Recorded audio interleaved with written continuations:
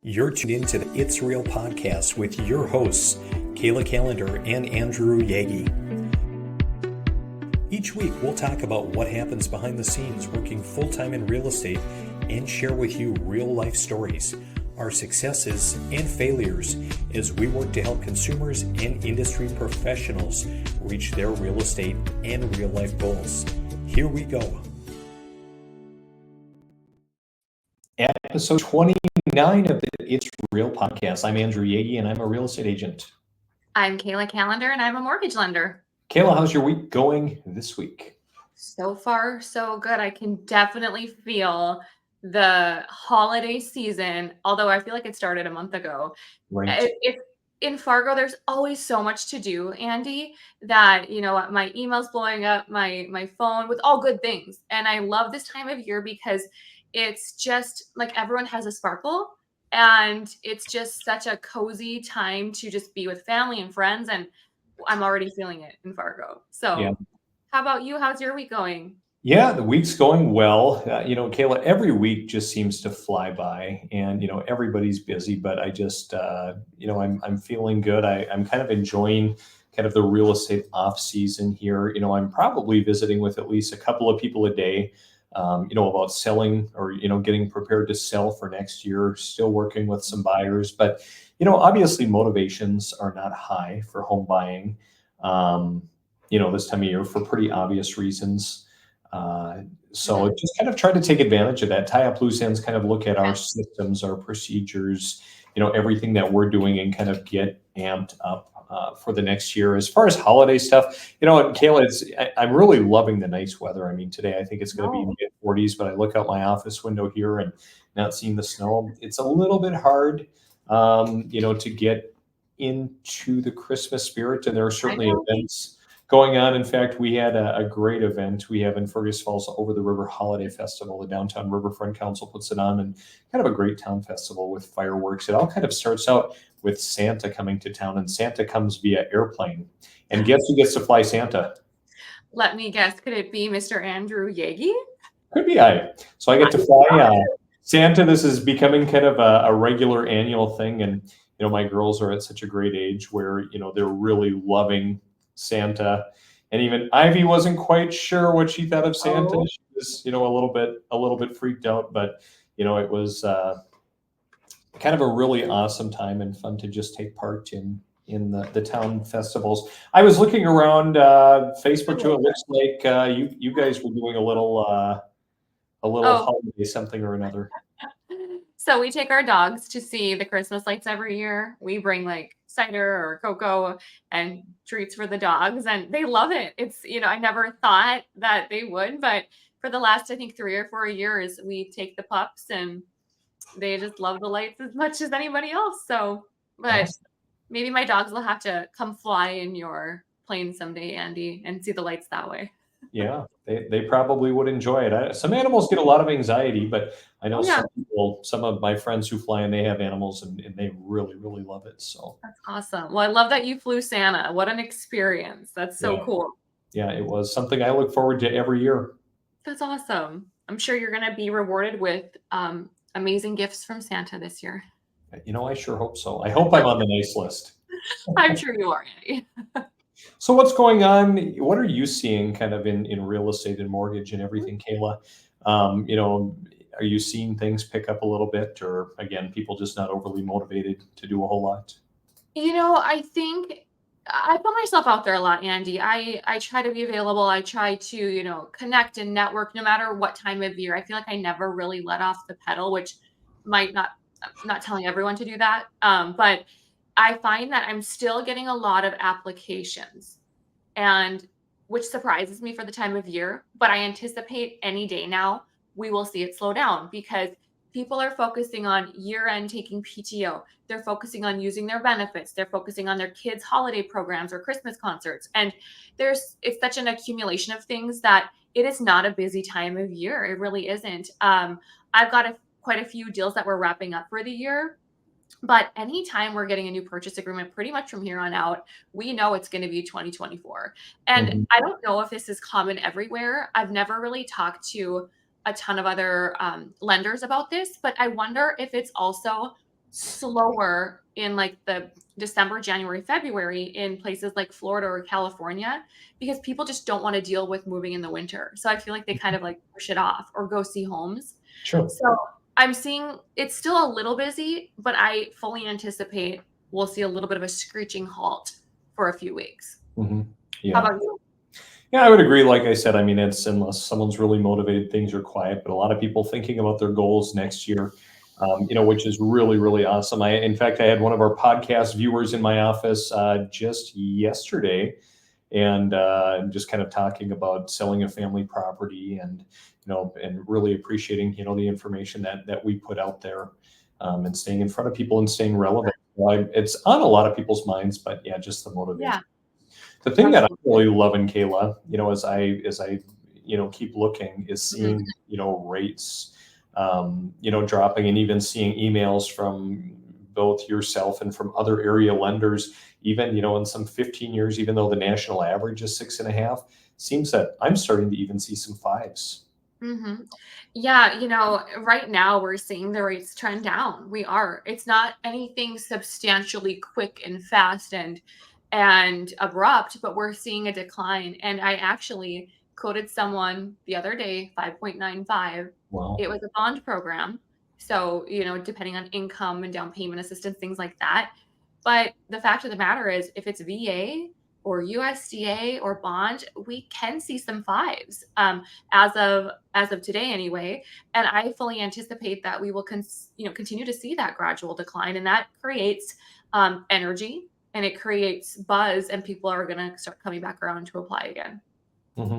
I thought it was really interesting, too, to kind of see, and which makes total sense, that refinancing is starting to pick up a little bit, as rates are dropping, and it's still kind of hard to fathom, just because what was the value again? What's the average individual have for a rate? Is it in the high fours or something, or I would anticipate it would probably be in the fours because there was that time where it was like high twos, some threes, maybe and then five-ish? Maybe five-ish. I want to say maybe it was around that, but and then depending how if they do what kind of average they do, I would say if they're anywhere between 4 and 5, I would say that's pretty accurate. yeah, I just thought it was interesting just to see that, hey, it's up, and it's risen, 2.8%. Have you started to see any refis yet?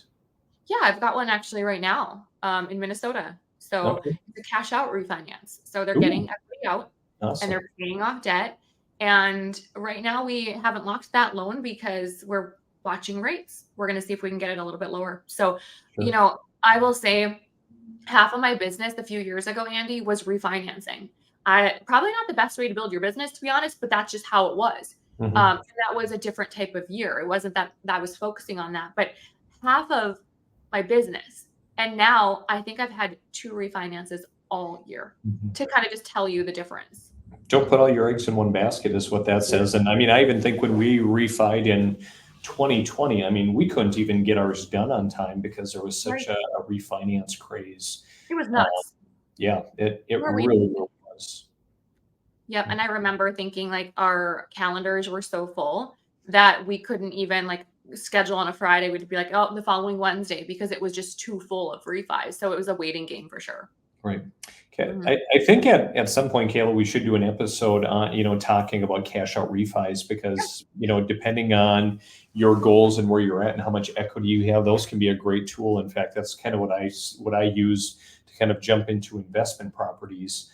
mhm, And it's something that I don't think a lot of people even know about. I mean, even one of the lenders I was talking to, really, I mean, didn't even suggest it, and was suggesting a commercial option with probably 30% down, um, versus taking some of my equity, uh, right, and paying cash for something. And so I right, think we should talk about that, because I think that's something that is overlooked a lot, especially when people have, like you say, maybe there's some debt or something that would it mhm, would really take some stress away from oh, someone, for sure. or help them get into something, or reach another goal. So I think we should talk about that down the road, maybe after the new year, Kayla. Yeah, maybe season 2. Ooh, are you hinting that there might be a season two of the It's Real podcast? You're not sick of me yet? I'm saying it's a viable option. And Well, no, we're I'm at not, Andy. we're We're at episode 29, Kayla, and it's really hard to believe that, we made it this far because what was Yeah, the statistic? How many episodes do people do on average? or 10 or 20. I couldn't remember. I think it was Yeah, 20. I quit. Yeah, Yeah. So look at us. Look at us go. indeed. So, Yeah. well, Kayla, it's been kind of a fun journey, and I would commit to a season two if you would. Are we committing right now? Okay. All right. Okay, I'll put you on the spot. Okay. We'll shake on it. I like it. Well, Kayla, let's jump into our topic today, Let's do it. which is real estate myths. Dum, dum, dum. Dun, dun, dun. Yes. So Yeah, many out there. there are a lot of myths out there, and I Mhm. think that's true of most everything out there. But I think we Yeah. went to work. You sent me a few, and I threw a couple together here. So why don't we share, Kayla, kind of the top six myths that we see as it Mhm. pertains to real estate. So, myth number one, Kayla, it's okay to wait to get pre qualified. I just want to look at houses. I'll get pre qualified later if I really like it. Yes, my What do my you think about that? pet peeve. I understand why clients might think that I'll just wait until, I'm looking, but I'm not going to apply because I just don't want to go through that and have my credit pulled and I'm not even buying right now. But what happens is a house comes up and it comes up on a Friday or a Thursday and it's a mad dash suddenly for a client to get approved. And not every situation is cut and dry. Rates have been higher. People have had different jobs, especially since COVID. There's been, we look at a 2-year history of job, of employment history, and it's a little bit harder to approve people lately, especially when they have to make so much more to qualify. So, my biggest piece of advice is don't wait to get pre-qualified or pre-approved. Those words can be used interchangeably, but go and get a meeting with a lender, whether it's online, on the phone, in person, and just get approved. Because once you do, that letter of approval is good for 4 months. And people forget that. So you're good for 4 months. And then if that lapses, then you refresh it. You provide updated information, etc. So my biggest piece of advice is get approved because you don't want to find the house and be like, well, shoot, I didn't get it quick enough. And as rates come down, there's going to be a lot more people out there buying and it's going to be your competition. So that's one of the myths is it's okay to wait to get pre-qualified. And I Yep. say, meh, don't follow that advice. Eh, Meh. I would agree too. And on the other side of the coin, we have a lot of buyers that come and say, "Hey, I just want to see a house. Just show me the house." And so trying to quickly, pre-qualify them as a buyer, not even on the financial side, but hey, what are you looking for? Are you renting? Do you own something right now? Do you have to sell in order to buy? And then, hey, do you have a financial plan? Do you know what type of programs you might qualify for? Right. Because there are some really great options. And I still will never forget the lady that was just very getting really upset with me because I wouldn't show her this house, Yeah.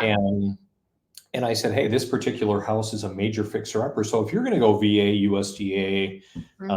FHA, this house is not going to qualify. Uh, Right. and she was just adamant about seeing the house, and I said, hey, I don't want to waste your time, and I don't want to waste mine. And she said, well, are you really worried about your time? I said, absolutely, I'm worried about my Yeah. time. And Time everyone is else is. yeah. So Well, get and pre-qualified. Well, and also to that, I want to add is if you've got some clients that might be approved for one program and another. You could go on, and I had a client the other day, it was a $50,000 difference if they went conventional or if they decided to go USDA. That's So huge. it's a makes a difference. So So anyway, it makes a lot of financial sense because I mean, if you just willy nilly come in, you're working with an online lender or something, and hey, I'm just going to grab this conventional loan. It's what I should do. You might be paying too much. You might be correct. leaving 50 grand on the table. Yep, exactly. So go talk to a lender today. Love it. Love it. Okay. Myth number two, Kayla, I need 20% down to purchase a home. I thought that I kept seeing reels on TikTok and Instagram about this. I'm like, why are people still talking about this? I'm like, people know. And then I had a client ask me, and I was like, Oh man. Okay. Well, this is a real thought. And so people think they need 20% down constantly. You don't. In fact, some you don't even need anything down. And I had a client the other day that they were working with a lender and they didn't have down payment assistance. And the client kept telling me, well, I know I have to have 7,000. I need to have 7,000. That's basically my, 3.5 down. And I said, wait, wait, wait. No, you don't. I'm like, I have you bringing in like $1,000 on closing day. And she's like, well, why is that? And I said, well, because there are down payment assistance options that I can offer you. So you don't need 20% down. Sometimes you don't even need the full payment or full down payment. And sometimes you might qualify for nothing down. So talk to a lender and find out what you qualify for. Absolutely. I love it. Mhm. Myth number three, Kayla, picking the lender with the lowest rate is the best option, or even along the same lines, the real estate agent who charges the least amount. So when I grocery shop, I usually go to the store based on the location, the convenience, the quality. And I use Instacart, but whatever. But I could spend all day looking for the cheapest almond milk. I could spend days and hours. And you want to know what? I could start at noon and then end at 5, and then they're going to change their prices. So you're going to find someone that's the lowest. And if you continue to look, you're probably going to find someone that's lower. But the reason that you should not pick the lender with the lowest rate is it's not just about the interest rate, it is about so much more. Also, what's involved with a payment is monthly mortgage insurance. What if your rate is 7%, but compared to another lender that's at 7.125, but your mortgage insurance is $50 more a month? What if they're charging you 5,000 in fees versus nothing? Right. So you really need to have a thorough conversation. And one thing that I advise realtors to say is don't just say to your clients, go shop around for the best rate. Go shop lenders. It's go have quality conversations with lenders and compare what they have to offer versus others. Because I also know people will get into contract, they'll take the lowest rate, they'll pay the highest fees, and then they can't get a hold of the lender.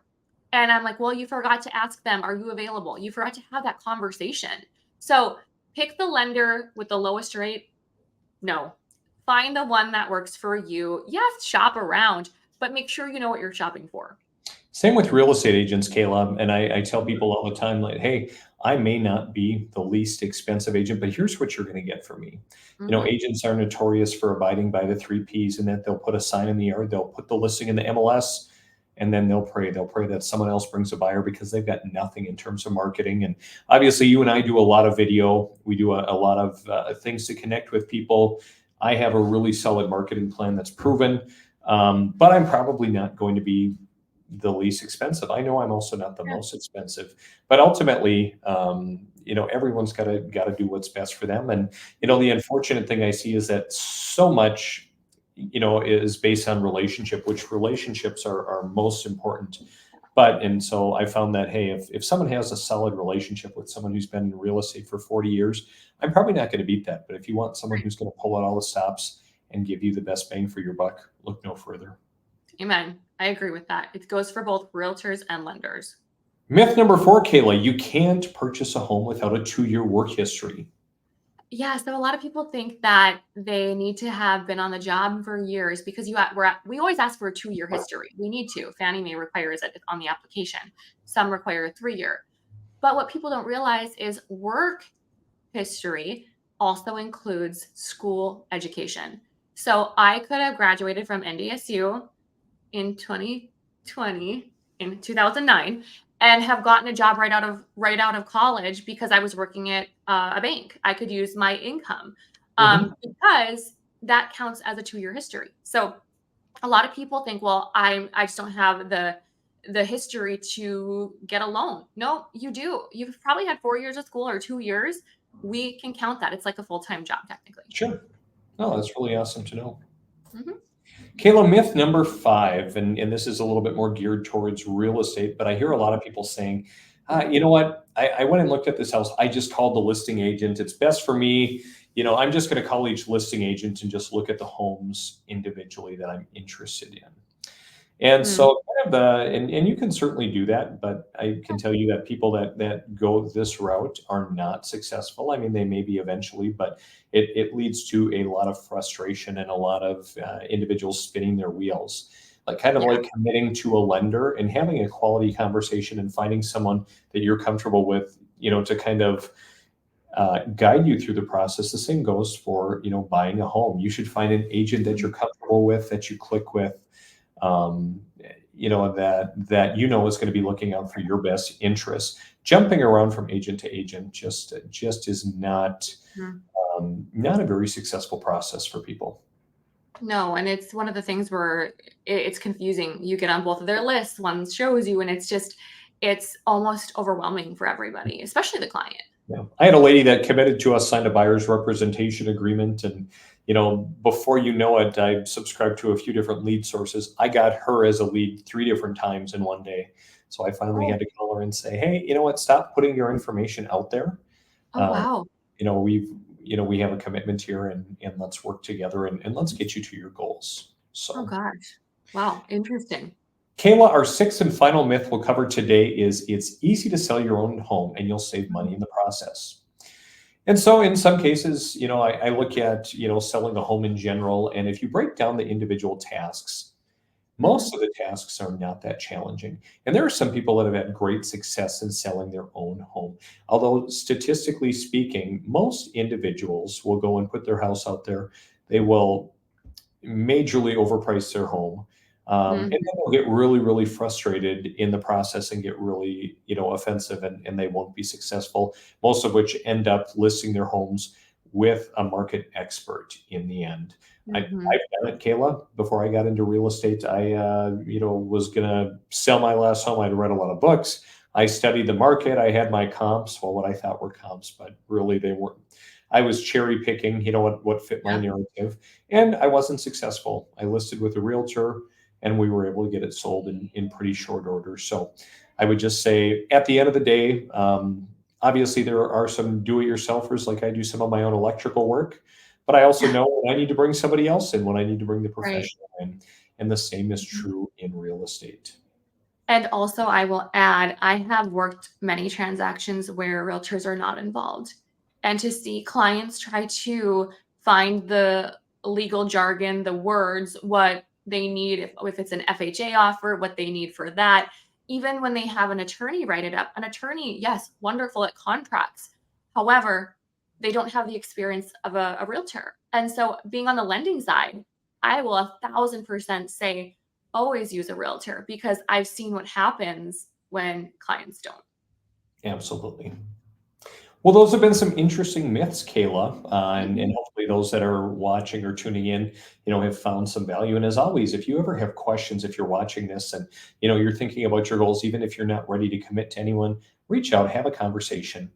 We're always happy to sit and visit and talk more about your goals. Because Kayla, I know I get really excited about helping people, get to the finish line, and I know you do too. I do, and I love the people that think they don't have an option, and then they're shocked to know this can be a real dream come true. We can help you, and it doesn't cost anything to talk to us. There's no commitment. It's literally just us having a conversation. So Absolutely. it's if anyone's wondering if they should or if it's a waste of time or their time, no, it's quite literally a conversation worth having. Sure. Well, Kayla, I think that wraps up episode 29 of the It's Real podcast. Sure. Great to see you, and I hope you have a great rest of the week. Have a good one. We'll see you soon. See ya.